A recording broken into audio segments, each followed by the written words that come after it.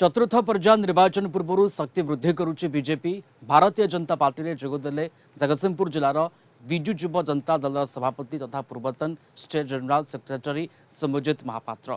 BJP वरिष्ठ नेता भूपिंदर सिंह यादव एवं युव मोर्चा सभापति अभिलाष पंडा उपस्थित में पद्म धरी सम्यजित। यह सहित समर्थक बीजेपी सामिल होती मोदी का आदर्श अनुप्राणित हो बीजेपी सामिल होता कहवा सहित जगतसिंहपुर में बीजेपी को सुदृढ़ करने को कार्य करे बोली से कहते।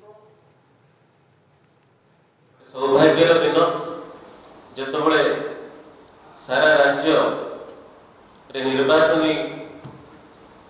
प्रचार प्रसार चली शेष पर्यायर आसिक निर्वाचन कथा पहुँचले यही समय मो पर आस्था प्रकट कर नेतृवृंद मैंने आज स्वाभिमान कथा उठुची अस्मितार कथा उठुची किंतु प्रकृत केते दूर पहुँच रे अच्छी मनीषटी केमती तार हक पाइब तापाई कि आम जो लड़ाई करने जाऊँगी निश्चित भाव में से लड़ाई में समस्ते सामिल हेबे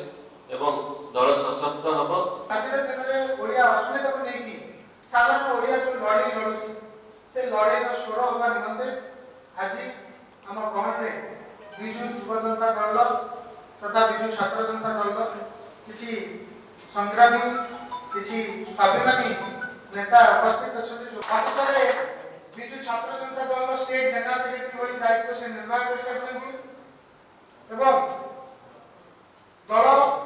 प्रति जहाँ भारतीय जनता पार्टी प्रति जो आकर्षण आज ओडिया स्वाभिमान को बेस करके